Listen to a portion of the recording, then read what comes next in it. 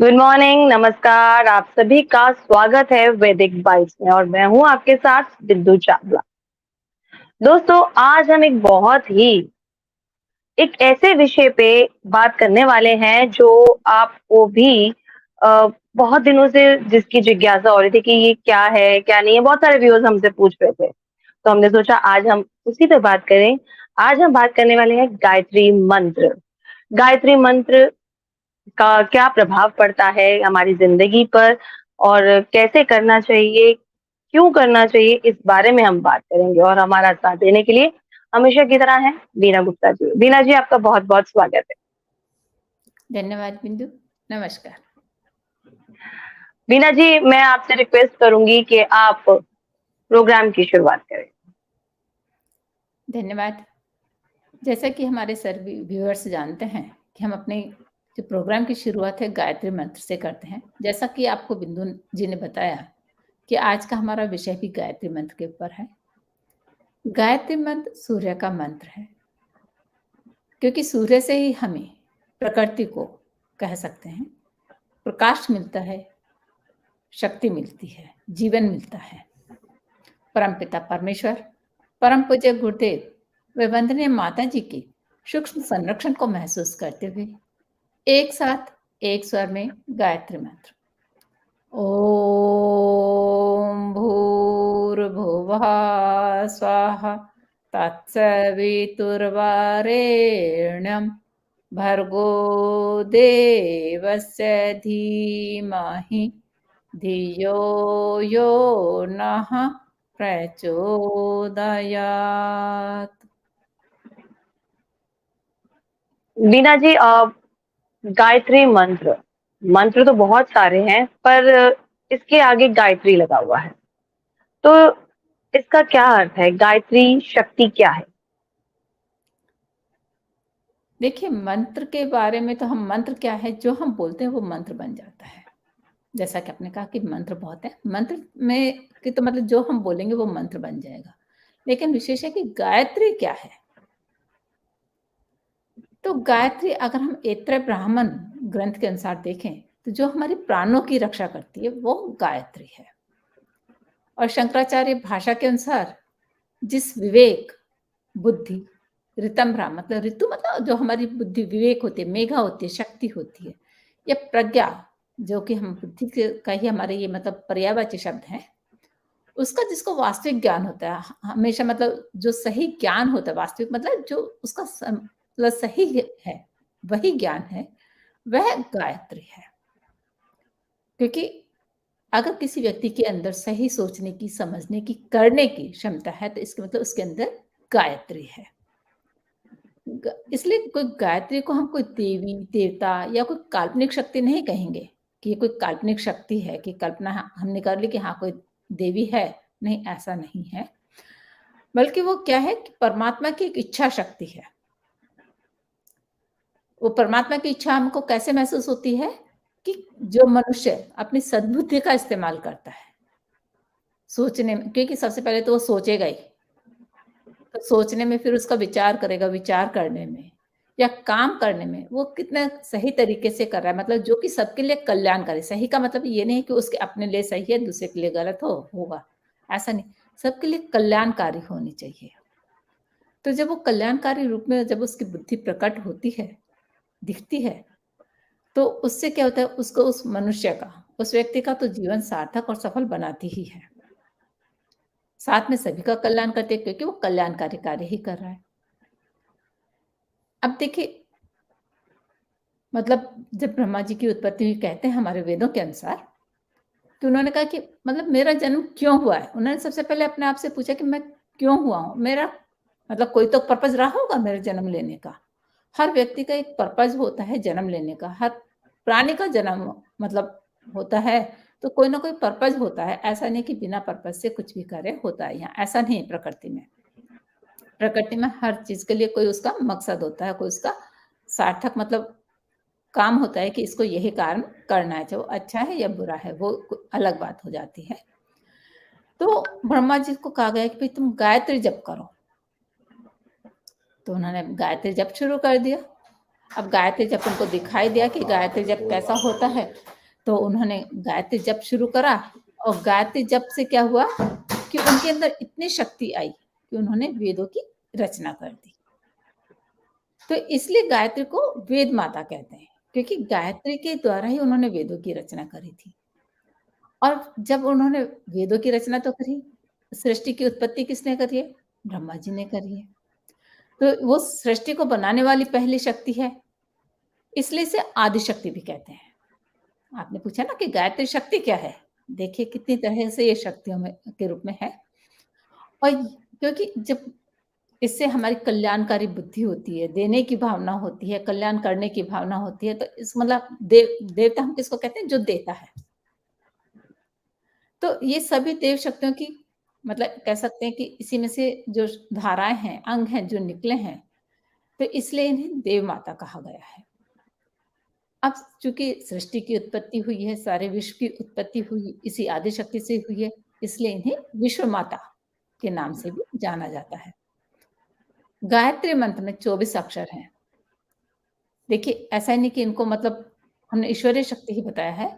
जो मनुष्य के शरीर में क्या है कि 24 केंद्र अगर एक्यूप्रेशर के आप उसमें जाएँगे तो पता लगेगा कि वो 24 उनके केंद्र होते हैं मतलब पॉइंट होते हैं जहाँ की मतलब वो प्रेशर देते हैं। और अलग-अलग बीमारी के हिसाब से अलग-अलग पॉइंट को प्रेशर देते हैं। तो मतलब 24 हमारे नाड़ी तंत्र ऐसे हैं जो कि हमारे पूरे सिस्टम को कंट्रोल और रेगुलेट करते हैं। तो जो गायत्री मंत्र के जो 24 अक्षर हैं, वो हमारे 24 नाड़ी तंत्र को जगाते हैं। तो जब हमारे 24 नाड़ी तंत्र जागेंगे, तो निश्चित रूप से उनमें जो शक्तियाँ हैं, उनकी जो क्योंकि उनके अंदर शक्ति तो है ही, तभी तो हम कि कोई बीमारी होती है तो वहाँ एक्यूप्रेशर वाले डॉक्टर उसी पॉइंट को दबाते हैं ताकि वहाँ प्राण का संचार हो और वो शक्ति अपना कार्य करे। तो जब 24 नाड़ी तंत्र हमारे जागेंगे, तो निश्चित रूप से उस मनुष्य के अंदर तो शक्ति आएगी ही आएगी। तो गायत्री मंत्र व्यक्ति के मन में एक तरह से कह सकते हैं कि जो शक्तियाँ आती हैं, उनका उचित स्थान बनाता है। तो इसलिए गायत्री एक तरह से कामधेनु गाय है। जो मनुष्य के सब दुखों को मिटाती है क्योंकि जब उसके अंदर शक्तियाँ आएँगी तो उसके सारे दुःख दारिद्र्य भी खत्म हो जाएँगे। तो गा इसलिए गायत्री मंत्र है उसके अंदर एक प्रचंड शक्ति कह सकते हैं, बहुत तेज शक्ति है और इससे बड़ा और इससे ऊपर कोई मंत्र नहीं है। हमारी भारतीय संस्कृति में इससे सबसे बड़ा मंत्र बताया गया है कि सारे मंत्र इसी से निकले हैं। और वैसे भी कहावत है जितना गुड़ डालो उतना मीठा। इसी प्रकार ऐसे कह सकते हैं कि गायत्री मंत्र व्यक्ति की श्रद्धा और विश्वास के अनुसार ही फल देगा कि वो कितनी श्रद्धा और विश्वास के साथ में उसे करेगा, उतना ही उसे फल प्राप्त होगा। जी तो का ये भी तो है ना कि गायत्री मंत्र हम करते तो हैं, लेकिन उसके सफल होने के लक्षण क्या हैं, ये हमें कैसे पता चलेगा कि कैसे हम उससे सफल बना रहे हैं उस मंत्र से अपने आप को? बिल्कुल, देखो वैसे तो सभी मनुष्य सामान्य हैं, लेकिन किसी-किसी व्यक्ति में हम विशेषता देखते हैं, महानता देखते हैं। वो मतलब कल्याणकारी कार्यों में लगे रहते हैं। तो एक तो सबसे पहले तो हमको ऐसे भी दिखता है कि भई उसके अंदर गायत्री मतलब बुद्धि है, तभी वो इतने कल्याणकारी कार्य कर रहा है। और ऊपर से अगर कोई व्यक्ति मतलब जितने भी हम कह सकते हैं हमारे जो शास्त्र और पुराण हैं, वो यही कहते हैं कि जितने बड़े ऋषि हुए हैं, ऋषिकाएँ हुई हैं, महात्मा हुए हैं, चाहे देव हुए हैं, चाहे उन्हें हमने भगवान की श्रेणी में रखा है। यहाँ तक कि देखो महादेव को हम देवों के देव महादेव कहते हैं, शिव को। तो वो भी कहते हैं कि मैं गायत्री मंत्र का जप करता हूँ। और यहाँ तक कि ब्रह्मा जी ने भी गायत्री मंत्र का जप करा है, विष्णु भगवान भी जब भी अवतार लेते हैं गायत्री मंत्र का ही जप करते हैं।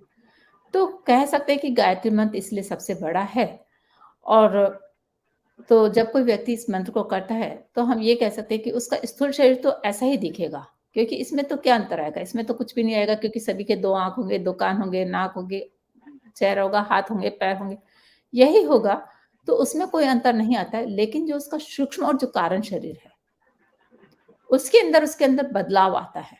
जैसे अगर कोई व्यक्ति गायत्री मंत्र कर रहा है, तो उसके शरीर से एक विशेष प्रकार की सुगंध आने लगेगी।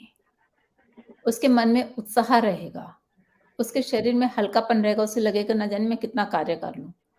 और सबसे बड़ी बात है कि उसका स्वार्थ कम होगा, परमार्थ ज़्यादा होगा। और एक तरह से उसको हम कहते हैं दिव्य दृष्टि हो सकता है, भविष्यवक्ता बन सकता है। और अगर हम उसके स्थूल शरीर से भी देखें तो उसकी जो स्थूल शरीर में एक चमक रहती है। तो इस तरह से उसके स्थूल शरीर में भी अंतर दिखाई देता है।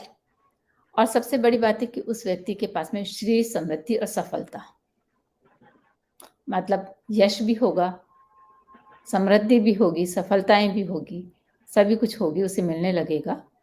अथर्ववेद के अनुसार कह सकते हैं कि जो गायत्री साधक है, अथर्ववेद हमारा कहता है कि जो अगर कोई गायत्री मंत्र करता है सच्चे मन से, श्रद्धापूर्वक, तो उसको किन किन चीज़ों की प्राप्ति होती है?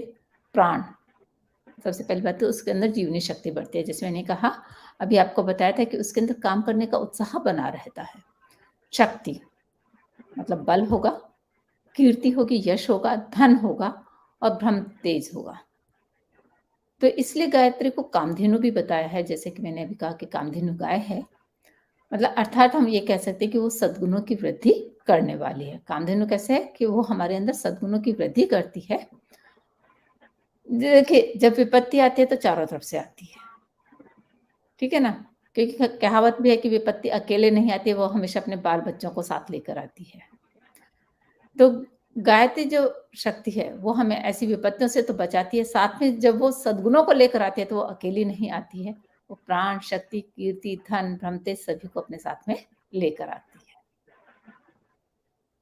है। जी, तो कहीं न कहीं गायत्री मंत्र जैसे आपने कहा कि बुद्धि, विवेक इन सबको अगर हम एक शब्द देना चाहें तो वो गायत्री है।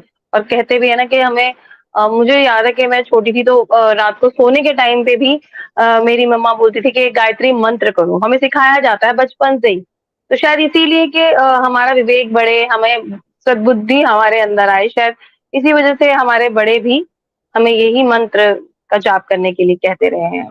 लेकिन कहीं न कहीं एक सवाल उठता है कि गायत्री मंत्र जो है, गायत्री है, वो हमारे आत्मिक कायाकल्प को कैसे स्पिरिचुअल जर्नी को कैसे प्रभावित करती है? देखिए, जब हम विश्वास के साथ में गायत्री मंत्र को करते हैं, गायत्री साधना को करते हैं, तो इससे हमारा आत्मा का जो बल है वो बढ़ता है।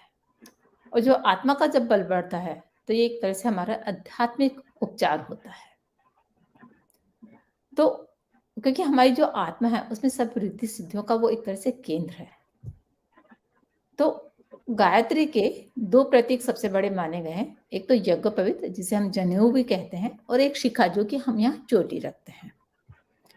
तो ये देखिए, पहले समय में सभी जो पुरुष वर्ग थे, सभी एक चोटी यहाँ रखते थे, मतलब यहाँ के बालों को वो कभी नहीं कटवाते थे, उनका कभी मुंडन नहीं होता था। बाकी पूरे मतलब अपने बालों को जैसा वो चाहे वैसा करवा सकते थे, लेकिन यहाँ हमारे चोटी होती थी। क्योंकि उस चोटी के एक तो तात्पर्य हम एक भी कह सकते हैं, जैसे आज के समय में, मतलब अभी तो नहीं, आज से अगर हम 15 साल पीछे जाएं तो टीवी में एंटीना लगा होता था, रेडियो में भी एंटीना लगा होता था, ताकि वो वहां से मतलब वॉइस को कैच कर सके। तो ठीक इसी तरह से हमारे जो शास्त्र कहते हैं कि यहाँ जो चोटी रखी जाती थी तो एक एंटीना का कार्य करती थी कि हमारे अच्छे विचार, जो ब्रह्मांड में अच्छे विचार घूम रहे हैं, वो हमारे अंदर आए। और जो जनेऊ जिसको मैंने यज्ञोपवीत बोला, यज्ञोपवीत 9 गुणों से बना हुआ था, उसमें 9 तार होते हैं, वो 9 गुणों से भरपूर होते हैं।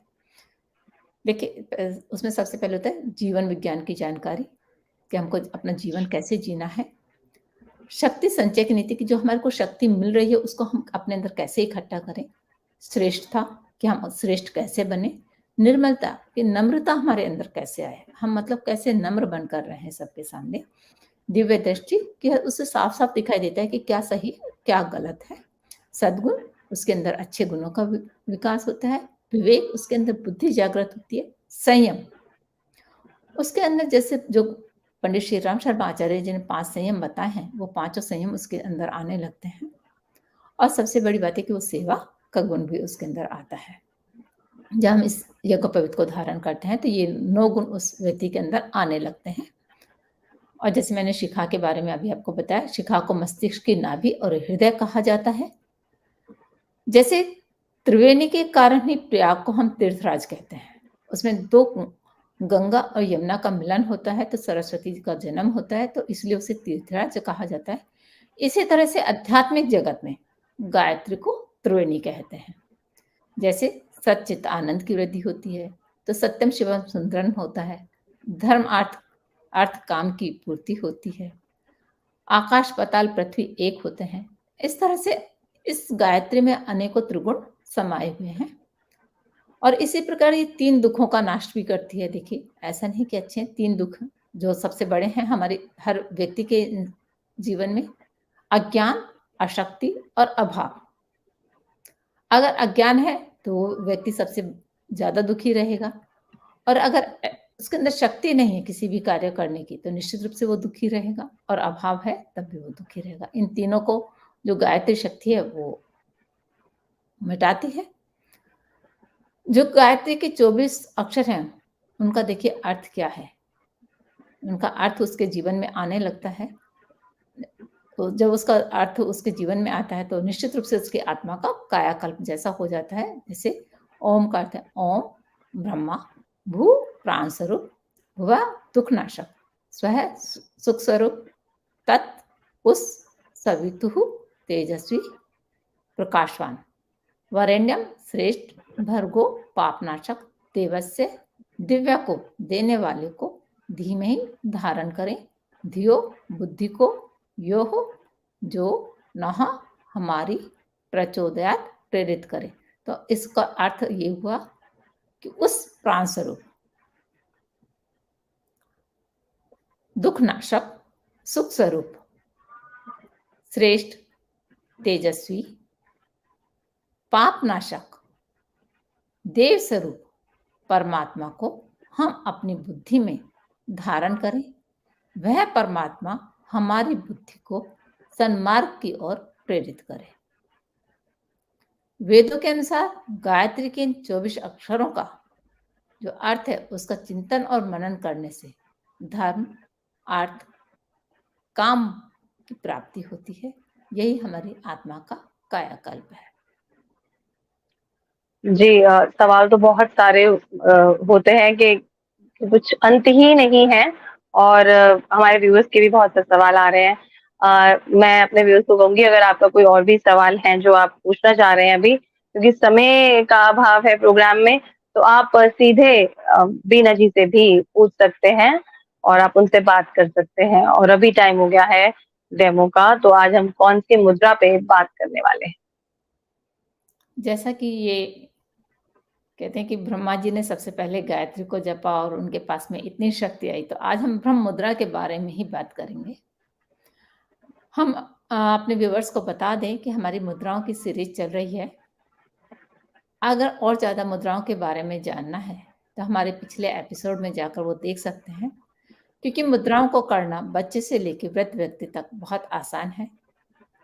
ये हमारे इंटरनल ऑर्गन्स को कंट्रोल रेगुलेट करने के साथ साथ इन्फ्लुएंस करती है, प्रभावित करती है।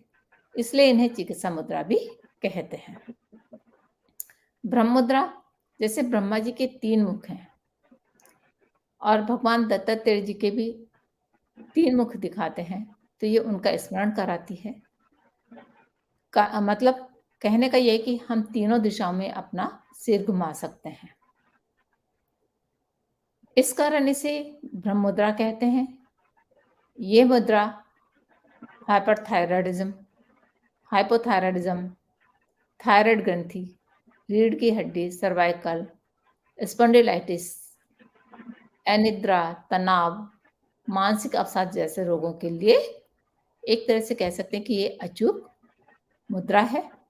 जैसा कि आप इस पिक्चर में देख पा रहे हैं कि हम अपनी गर्दन को दाएं, बाएं, ऊपर, नीचे चारों तरफ हमें घुमाना चाहिए जब हम इस मुद्रा को बना रहे हैं।